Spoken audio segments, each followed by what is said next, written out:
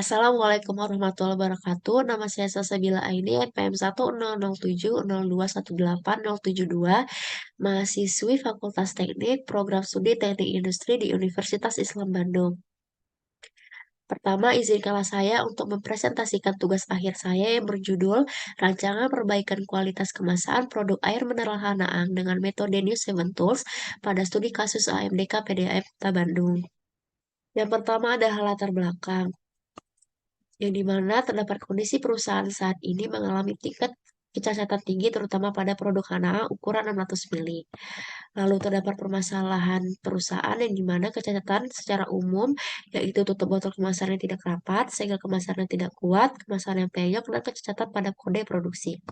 Lalu terdapat gejala permasalahan di mana kecacatan produk tersebut mengalami kecacatan disebabkan oleh kurangnya perawatan mesin produksi yang kurang bersih, tempat penyimpanan bahan baku yang tidak baik, kesalahan operator dalam mengoperasikan mesin produksi, dan kurangnya pengawasan pada operator.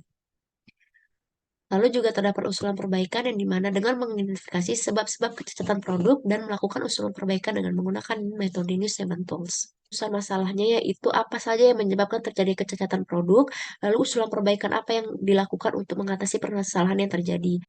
Ada juga tujuan penelitian ini yang dimana mengidentifikasi penyebab terjadinya kecacatan produk, lalu melakukan pengusulan tindakan perbaikan terhadap masalah yang dihadapi. Dan batasan masalah pada penelitian ini, yaitu penelitian ini dilakukan pada AMDK PDAM Kota Bandung, lalu hanya membatasi pada produk air mineral Anaang, pula data kecacatan produk pada September 2021 sampai Januari 2022 di AMDK PDAM Kota Bandung.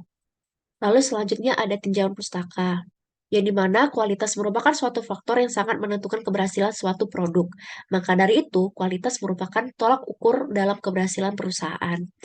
Lalu juga terdapat pengendalian kualitas yang dimana merupakan sistem verifikasi dan penjagaan atau perawatan dari suatu tingkat kualitas produk. Terdapat New Seven Tools yang dimana merupakan sebuah alat yang digunakan untuk mencari dan memecahkan masalah yang bersifat kualitatif.